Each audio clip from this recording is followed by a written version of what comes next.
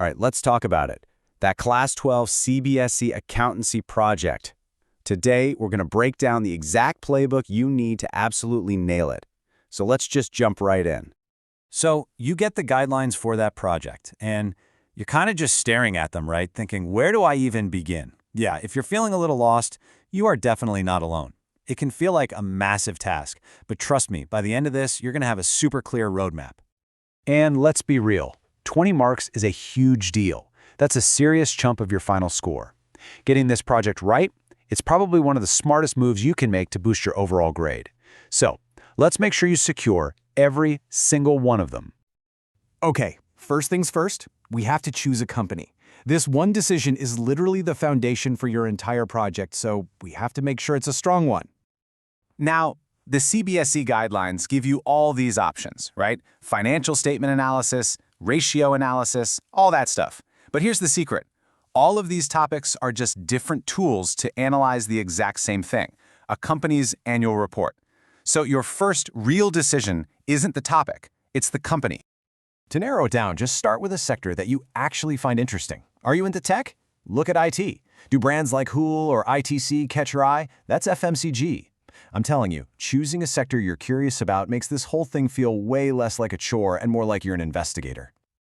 And hey, if you want to make your life even easier, here are some top-tier choices. Companies like Infosys, HUL, and Reliance are just fantastic picks. Not just because they're big names, but for a really practical reason. Their annual reports are clear, they're detailed, and you can find them online in seconds. That easy access to data is an absolute game changer. This right here is a massive pro tip. If you're genuinely interested in the company you pick, you'll dig deeper, your analysis will just be better, and most importantly, when the external examiner asks you questions during the Viva, your answers will sound confident and natural, because you'll actually know your stuff. All right, so you've got your company. Check. Now, let's move on to actually constructing the report itself. The key here is to think of this not as just another school file, but as a professional document that you're creating. So, the official guidelines list about 11 different sections, and I know, that can look intimidating. But really, you can just group them into 4 simple stages. First, the formalities. Cover page, index, all that. Second, the setup, where you give the introduction. Third is the heart of it all, your analysis and calculations. And finally, the wrap-up. See? Breaking it down like that makes it much easier to handle. Now, let's talk about the physical report. The rules here are pretty much non-negotiable. It has to be handwritten, no typing. And you should really aim for that 25 to 30-page sweet spot. Remember, neat handwriting and using proper accounting formats aren't just suggestions. They are literally part of your grade. So, you've done the work, you've built the report. How exactly does it get graded? Well, understanding the marking scheme is key, because it helps you focus your effort where it really matters the most. Just look at this breakdown.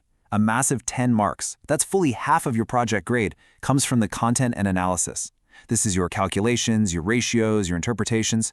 Now, presentation and the Viva are definitely important, but the core of your project is without a doubt the quality of your accounting work.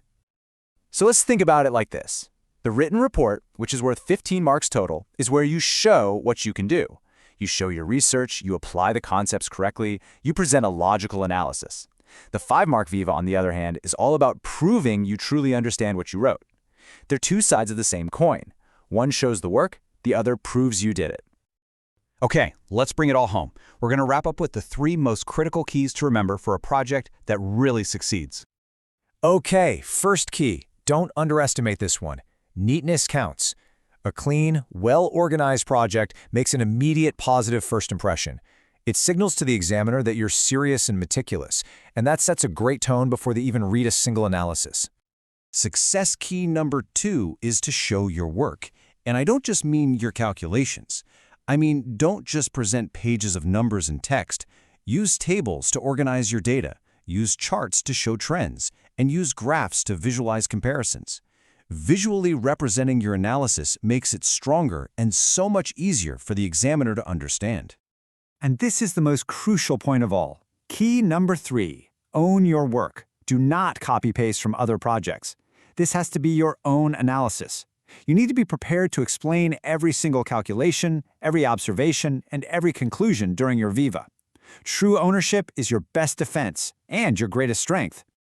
So, as you get started, remember this. This isn't just another school assignment. It's your first real opportunity to act like a financial analyst, to look inside a real company and understand what makes it tick.